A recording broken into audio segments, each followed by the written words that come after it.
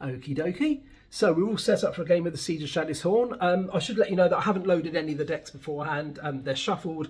I don't know what's going to come out, so we'll just deal with things as they happen. So I'm going to play 3 rounds and show you how it works. So the turn sequence. Each round is made up of 4 phases. The first, Siege. That's where we draw a Siege card and resolve its effects. So I'm going to do that now. So this first Siege card shows us that 3 scuttlers spawn on roads 1, 3 and 5. So when a hazard spawns, you must place it on the green tile of the road it spawned on. And you'll see also that 3 fairies have also spawned on roads 2, 4 and 6. But also, a good thing has happened as well. First round of the game, we always get a gift from a shop. So I'm going to discard that card now it's been resolved, and I'm going to draw an event card to see what we've been given. So the mayor herself is singing your praises, gain 2 influence. So we get 2 influence straight off the bat, which will be handy when we want to recruit any villagers to help fight us. Not fight us, fight with us. So it's now the second phase of the round, which is action. So this is where we use our Hawkguards along with any villager abilities and equipment from what we've managed to gain. So at the moment, of course, we've only got our 4 Hawkguards. So each Hawkguard gets 2 actions. And there's 3 different actions they can do, and they can do the same action twice if they want to. So moving is 1 action. So a Hawkguard can move from the location they're in into any adjacent location. So this kind of hub of locations around the edge, you can move left and right through those, but you can also move from the town square to any location and vice versa. So for instance, these Hawkguards could all move out towards the locations surrounding the town square. Another action is fighting. So, well, it's actually called hitting, but it's fighting. So each Hawkguard has a colour. Each colour is a weapon that has a particular range and can attack a hazard in the matching colour in the tile of the road that they occupy. So, for instance, this Hawkguard here in the college could hit the fairy in the green tile of that road because it matches their colour. And the third action is visiting a location to perform its special action there. So, here we go. My green Hawkguard then is going to move to the college with their first action and then spend their second action to hit that fairy. Now, when a hazard's hit, it's placed in your trophy room in the town square, where you'll get a chance later to trade it in for various rewards. Now, my green Hawkguard has used both its actions, so I'm going to flip it over because it's now exhausted. Now, I've got some influence already from the mayor. I've almost got enough influence to recruit a villager. So what I'm going to do with my yellow Hawkguard, I'm going to stay in the town square and perform the collect rewards action. Now, at the end of each round, you will automatically get rewards for anything that's in your trophy room, but by doing this, you can cash them out early, which is useful if you want to use them this round. So I'm going to collect my rewards, trade in that fairy, and get yet another influence point. So scuttlers will give you gems, fairies give you influences, and golems give you resources. So with the second action, I'm just going to idle. I'm not going to do anything else with him. My orange Hawkguard is going to move to the tavern and visit the tavern to recruit a villager. So with my 3 influence, I can afford either the bone chemist or the student. So I am going to spend all my influence recruiting the bone chemist.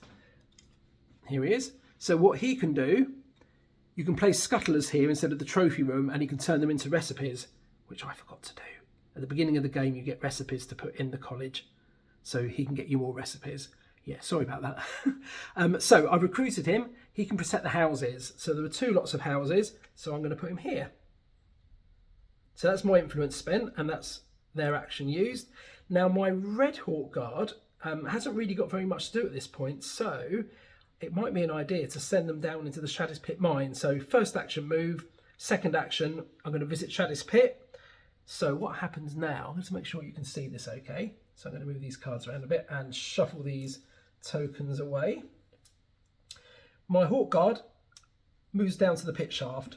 I set wounds to 0 on the resource card. It's already on 0, so that's good. Now what I do, I draw a pit card and place it face up next to the shaft and move my Hawkguard onto it. Now, a royal vault. I immediately suffer 3 wounds because that's what's shown in the black banner there. However, if I manage to leave the pit before suffering 6 wounds, I will gain the royal pin from the rarity deck, which is quite good. So I've suffered half my wounds. I could leave at this point, but I'm not. I'm going to keep going. So I draw another pit card. Oh, okay. It's an abandoned camp, which would have been good. I could have gained the hamper from the rarity deck, but now I've suffered 6 wounds, which is too many. I'm badly wounded. I leave the pit empty-handed. These cards are discarded, and that Hawkguard's turn is over. So that's the end of the action phase. The next phase is advance.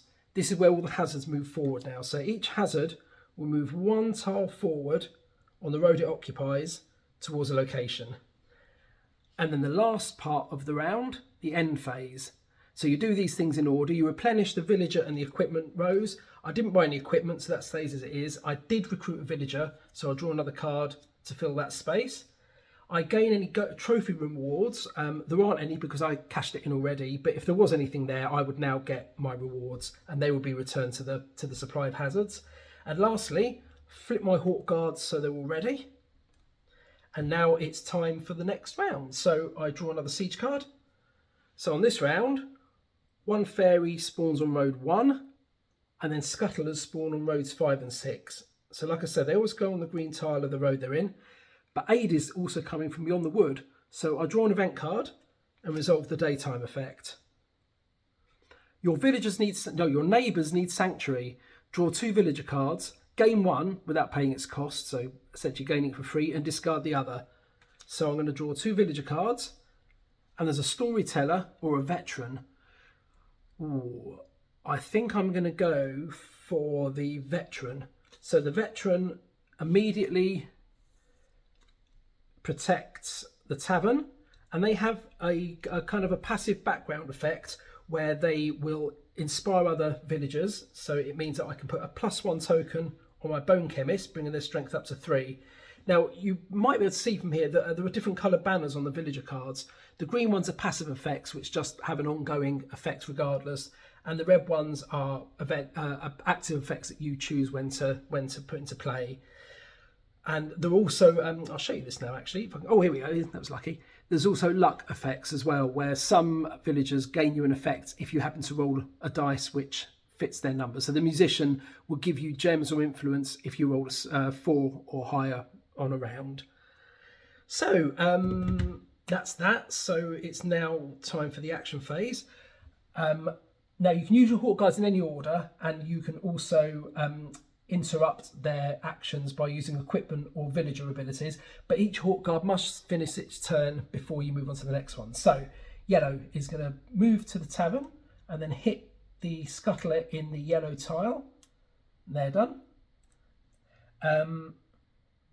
Green is going to come to the houses and hit the fairy. They're done.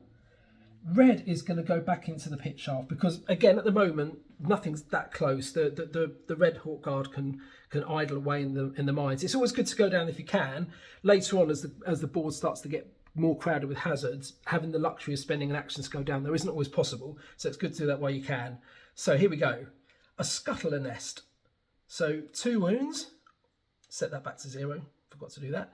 And also, as you can see, 2 scuttlers spawn. When there's a question mark shown, it's not a set road that they appear on. You roll the dice and spawn them there. So they're both spawned on road 1 in a little stack. I've got 2 wounds. I should be safe, so I'm going to keep going. A discarded haul. So it's another wound. But if I manage to get out without being badly wounded, I will gain a gem, some ore, and some wood. Ore and wood are useful for building or rebuilding locations that have been destroyed. So it's never a bad idea to get some of that on the go, but I'm going to keep going. An iron seam. Okay, now with this card, you'll notice I suffer a wound for every descent. Now, when you enter the pit, you'll descend, and there'll be other cards that tell you that you descend as well. So in the case of iron seam, the deeper I am in the pit, the more wounds I suffer, but the more ore I find. So I am now at 4 wounds, because in this instance I've only descended once. I'm going to leave it there. I'm going to head back without being badly wounded and gather my rewards. So I gain 1 ore per descent, so 1 ore. I then gain 1 gem, 1 ore and 1 wood, and then I'm out. I mean, that's me knackered, and those 3 cards are then discarded. Orange is just going to, I think I'm just going to hang out in the middle. You never know where we'll be needed, so that's him done. Now it's time for the advance, so all the hazards move forward 1 space. They start to creep closer now, you see. Okay, it's now the end phase, so I don't need to replenish any cards, but I do trade in my kills from the trophy room. So I get 1 gem reward from the scuttler and 1 influence reward from the fairy. And I flip my Hawkguards back to show they're ready. So I'm going to show you one more round. I mean, obviously there's going to be bits and pieces that won't come until later in the game, but this should give you kind of an idea of how it all works. So this time, fairies spawn at 1 and 2, and a scuttler spawns at 4. The air crackles are the fairies ready their spells. So the fairies are attempting to cast magic. So what I do, I draw an event card. Now, whenever you are asked to resolve magic, you make a fairy spell check. And what that involves is you roll a dice, and if you roll equal to or lower than the number of fairies in play, the fairies succeed. So here we go. They failed to cast a spell, which is good. If they had have done, say that if they'd have succeeded, you would then resolve the effect for that icon on the card. So the fairies are smashing the mountains. If the fairies succeed in their fairy spell check, I would lose an amount of ore equal to the current wave. So the current wave is 1, as shown on the siege card. So it wouldn't have been too bad. As fairy spells go, that's quite innocuous. So, but they did fail, so there you go. Nothing happens. Okay, so it's getting a bit busy at the houses. So I am going to come to the houses and defeat that scuttler with orange. He's now done. Green is going to stay there and defeat that fairy. He's then going to visit the houses to gather materials. Now this costs 1 influence. It's shown on the card, so you pay 1 influence to gain the materials contained in any 1 tile I can reach without touching a hazard. So there's hazards here on the yellow tile, so I could collect resources from either of these tiles. So I'm going to collect some ore, because that is generally harder to get. So they're done. Yellow is going to loiter at the college and well, actually no, you know what, to show you a recipe, I'm going to go to the college in 1 action, and then I'm going to spend an action to use recipes. So I'm going to use fire to hit this fairy here, thus defeating it. That recipe is discarded and then they are exhausted, and once again red is going to go into the pit. So what I'm actually going to do here, I'm going to bear with me. Here we go. So I'm going to center a little more on the pit deck here. Hopefully you can see that a bit better. So I'm back in the pit shaft, drawing a card from the top of the pit deck, setting my wounds to 0 in the process. I descend. I found a lost dog. So assuming I don't get badly wounded, that's gained me influence and a gem. So that's not too bad. I'm going to keep going because I'm still unwounded. I'm descending again. So each time you descend, you're increasing the risk and the reward. Scene of battle. So that's 3 wounds, but I would gain the bang bomb from the rarity deck, which is very useful. I'm going to keep going, I think. I'm going to chance it. A loaded minecart. So another wound, but it will get me equipment. So yeah, I'm going to leave it there. I'm going to head back because that's plenty of wounds for me, I think. So I resolve my rewards in reverse order. So I draw 2 equipment and I can keep 1. So I can get either the magic potion or the miner's pick. I'll go for the miner's pick, I think, and the other one's discarded. I gain the bang bombs from the rarity deck, which is useful for when the golems start attacking. And I also gain a gem and an influence. And then I'm out, back in Shaddis Pit, and that is the end of that. So there we go. We are now set for moving hazards. So I'm going to move them all a step closer to town. Now over here, things are starting to get a little risky. They're now 1 space away from attacking me. So I gain my rewards 2 influence for the fairies and 1 gem for the scuttler. Refresh my Hawkguards, and then I would start the next round. So that is effectively how the Siege of Shaddis Horne works. I hope it was useful, and the game is currently available to pre-order from bedsitgames.co.uk. It'll be coming out early next year, hopefully shipping by April, and anyone who pre-orders gets a special little Shaddis Horne census, which is kind of like an achievements book and guide to all the villagers that live there. So thanks for watching, and I hope it was helpful. Okay, bye.